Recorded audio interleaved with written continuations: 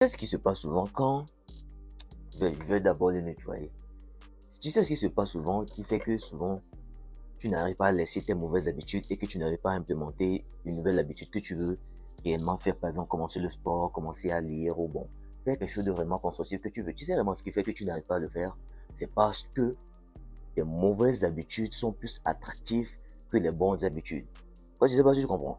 C'est parce que en réalité, supposons que tu veux par exemple, arrêter de te branler, arrêter de fumer ou arrêter de manger de la malbouffe. En réalité, ce que tu dois comprendre, c'est quoi? C'est que le fait de manger de la malbouffe là, c'est plus intéressant pour toi que le fait de manger une nourriture normale.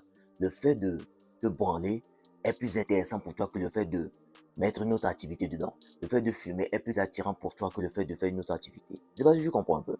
Et là maintenant, je vais t'expliquer un truc pour que tu comprennes mieux. Ce que tu dois comprendre ici, c'est quoi? Si par exemple, tu veux implémenter une nouvelle activité qui est attractive pour toi, que tu veux réellement, ce que tu dois chercher à faire ici, c'est quoi? C'est de faire ce qu'on appelle, je te souviens, hier, je t'avais parlé de ce qu'on appelle le habit staking. Tu vas voir ça dans l'une de mes vidéos, le habit staking. Avec le habit staking, c'est quoi en réalité? C'est le fait de combiner une habitude que tu as déjà avec une activité que tu veux. Mais cette fois-ci, c'est une nouvelle version. C'est pas si tu comprends. Ce que tu dois comprendre ici, c'est quoi? Supposons que toi qui me regardes maintenant, ton addiction, c'est le fait de fumer, le fait de se branler, le fait de manger de la malbouffe. Ce que tu dois comprendre ici, c'est quoi? Le déclencheur ici, d'abord, il faut que je t'explique un truc avant qu'on aille là-bas. Ce que tu dois comprendre là-bas, c'est quoi? Tu sais, avant que tu ne pratiques une activité, on va mettre ça ici comme se branler, ok? Se branler ou fumer ou malbouffe, ok? Malbouffe. Ce que tu dois comprendre ici, c'est quoi? On va mettre ici dopamine. Je te souviens, je te parle toujours de dopamine, dopamine, dopamine. Quand ce truc-là est derrière la porte, je t'ai dit, c'est ta vie qui est foutue. Ce que tu dois comprendre ici, c'est quoi? Il y a ce qu'on appelle le déclencheur, déclencheur, envie, action, récompense. Maintenant, ce que tu faut que tu comprennes, c'est quoi exactement? J'espère que tu comprends. Hein? Ils sont en train de répéter, faut que tu comprennes, faut que tu comprennes. J'espère que tu regardes très bien la vidéo, ok? Sois très bien attentif. Ce que tu dois comprendre ici, c'est quoi? Supposons que c'est la première fois que tu viens de regarder ton premier film X et tu es content. Le level de dopamine ici fait comme ça, ok? Là, il n'y avait aucun déclencheur, il n'y avait aucun déclencheur. Ça, c'est ton level de dopamine. Et lorsque tu te branles et que le lait sort, la dopamine va comme ça. C'est pas si tu suis. Maintenant, la deuxième fois, qu'est-ce qui se passe? Ça augmente ici, ok? Et là. C'est pas si tu comprends. Ce qui veut dire que quoi? La première fois que tu pratiques une nouvelle activité, qui est par exemple de te branler, de fumer ou de faire ce truc-là, tu obtiens la récompense après l'avoir fait. Ça, c'est ta première fois que tu as pris ta première cigarette ou tu t'es branlé pour la première fois. Ok? Maintenant, tu vas remarquer que après là, après, qu'est-ce qui se passe souvent? L'envie est tellement fort que tu ne sais pas comment se fait que tu passes à l'action. En fait, ce que tu dois comprendre, c'est quoi? Ton cerveau anticipe déjà la récompense que tu as eue à la première action. Et ça qui fait que quoi? Il te donne envie de celle-ci qui va te pousser à l'action. Je ne sais pas si tu captes un peu. Je ne sais pas si tu as bien capté. Je t'explique encore. Tu vois, la première fois que tu t'es branlé ou la première fois que tu as pris ta première clope, tu t'es bien senti, n'est-ce pas? Et on appelle ça un pic de dopamine. Tu as reçu un pic de dopamine. Maintenant, la prochaine fois, là, qu'est-ce qui va se passer? Tu vas voir que l'envie va venir. Maintenant, quand l'envie va venir, là, ce que tu dois comprendre avec cette envie, c'est quoi? C'est que, en réalité, ce n'est pas l'action en question que ton cerveau veut. C'est la récompense derrière qui déclenche l'envie. Ton cerveau anticipe la récompense que tu vas obtenir après t'être branlé. C'est doux. Après avoir fumé, c'est intéressant. Après avoir mangé la malbouffe là. Ton cerveau anticipe ça d'abord. C'est ça qui te donne l'envie et c'est ça qui fait que tu vas te branler. Et pour te donner un exemple, pour que tu comprennes, tu vois, la première fois que moi je me suis branlé là, c'était intéressant, n'est-ce pas? Maintenant, les autres fois où je me suis branlé, ce n'est pas parce que réellement, en réalité, j'avais envie de le faire. C'était parce que mon cerveau anticipait déjà le plaisir que j'allais ressentir derrière ça. C'est ça qui anticipait mon action et qui me poussait à aller le faire. Et je vais te dessiner une autre graphe pour que tu comprennes mieux. On va le mettre quelque part ici. On va le mettre quelque part là. J'espère que c'est bien visible. Okay. Ce que tu dois comprendre, c'est quoi? Quand tu as envie de quelque chose de cette façon-là, le pic de dopamine monte. C'est ça qu'on appelle l'envie ici. Maintenant, maintenant, tu vas remarquer que si tu ne le fais pas, ok, si tu ne te branles pas, mais tu ne pratiques pas cette action en même temps, la dopamine baisse. Ça va baisser de telle manière que normalement, on va dire ça, c'est son level normal et ça monte là comme ça. Et après, quand ça baisse là, ça revient ici. Maintenant, tu vois ce vide là. C'est ça qui fait que quand par exemple, tu te dis, l'envie vient et que tu te dis, tu veux pas te branler, tu veux pas te branler. Après là, ça te fait comme si il y a quelque chose qui te manque quoi. Je sais pas si tu remarques un peu. Bro, c'est comme si on t'a tapé avec quelque chose. C'est comme si tu ressens une douleur du fait que tu n'as pas pratiqué cette action-là. Tu sais très bien de quoi je suis en train de te parler, non? C'est parce que quoi, quand l'envie monte, ça descend. Et quand ça descend là, c'est ça qui crée en fait cette envie-là. Et là, pourquoi on continue le graphe là? Maintenant, qu'est-ce qui se passe après? Quand l'envie vient, ok, et que tu ne l'as pas fait là, c'est ça que je te dis, ça drop ici. La dopamine baisse. Et ça qui fait que tu ressens cette envie pressante de la faire. C'est comme si tu ne la fais pas là, bro. Tu vas mourir. Maintenant, qu'est-ce qui se passe encore? J'espère que tu vois en bas ici. Quand l'envie vient ici, et que tu ne le fais pas, mais que après tu le fais quand même parce que comment on appelle ça? Tu as trop résisté, tellement que la résistance ici devient l'action. Tu te dis, tu vas pas le faire, mais que tu es toujours dans l'environnement, tu ne pratiques pas les techniques que je t'ai montrées en avance là. Et ça qui pousse encore à faire quoi? À te branler maintenant. Qui fait que la dopamine remonte ici. J'espère que c'est visible. Voilà, ça remonte ici. Ce qui fait que quoi? Ton cerveau se dit, ah, tu vois, il t'avait dit non. Il t'avait dit que si tu faisais ça, tu allais recevoir la récompense. Non. Donc, enregistre ça pour qu'on le fasse. C'est parce que tu captes un peu. C'est comme ça que le mécanisme se passe dans ton cerveau. Juste pour que tu comprennes mieux.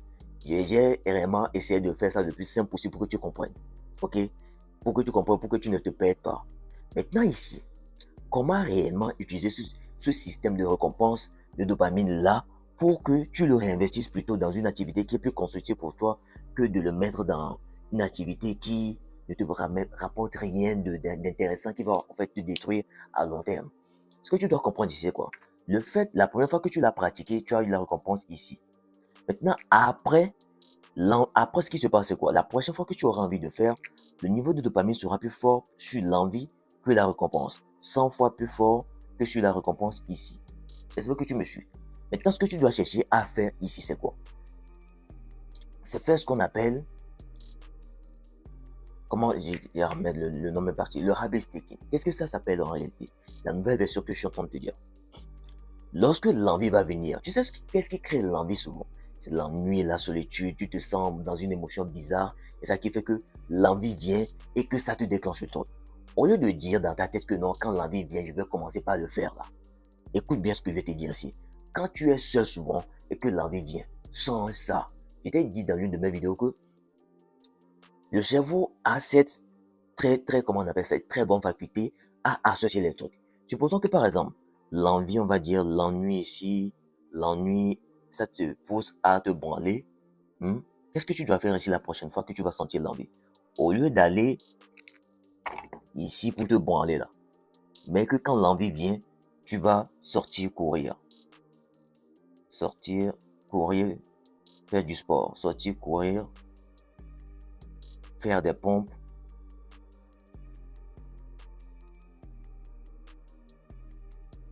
méditer, ou faire une activité bien précise. C'est pas si tu comprends. Et qu'est-ce qui va se passer ici? Plus l'envie va venir. Tu peux prendre ça un peu comme quelqu'un, si tu fumes, c'est la même chose. Que tu manges de la malbouffe, c'est la même chose. Au fait, le truc que tu dois comprendre ici, c'est quoi?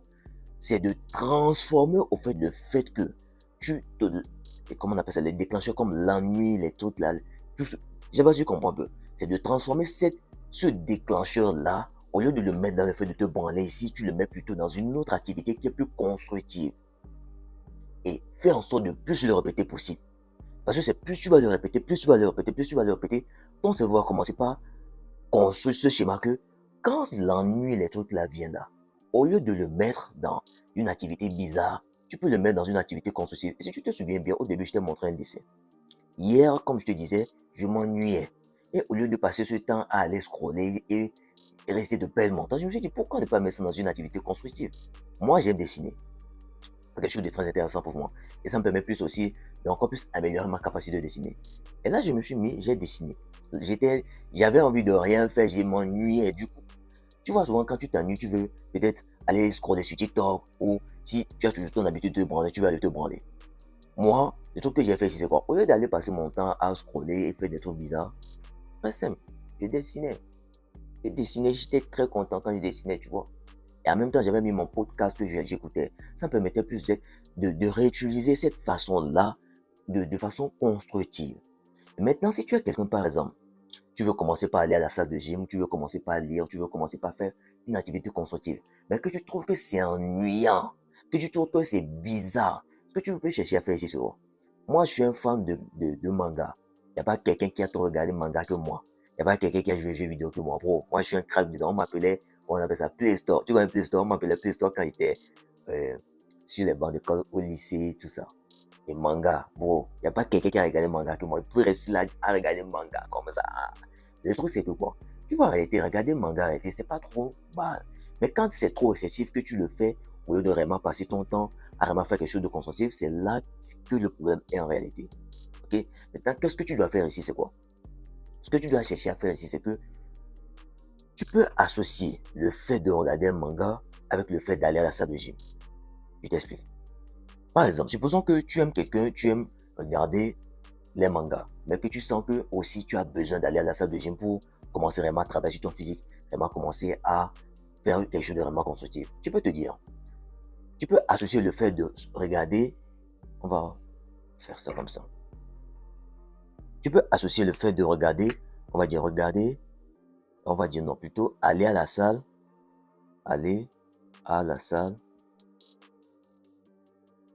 salle gym avec, avec One Piece, avec DBZ, avec, on va dire quoi. Bon, bref, il y a plein d'animés qui sont sortis. Du coup, qu'est-ce qui se passe? Regarder des mangas, c'est intéressant, n'est-ce pas? Tu, tu mixes au fait ce que tu dois faire avec quoi? Ce que tu veux faire. Et ça rend en fait l'habitude plus attractive pour toi. Ton cerveau s'est dit, ok, là si on se trouve à la salle de gym, entre les séries de pauses, je peux mettre mon petit truc de manga, je suis. Après que ça passe, après que le truc passe, je me remets, je travaille. C'est pas si tu comprends. Du coup, ton cerveau commence à associer le fait d'aller à la salle de gym avec le fait de regarder des mangas. Et c'est plus intéressant pour lui que juste de rester à la maison juste comme ça.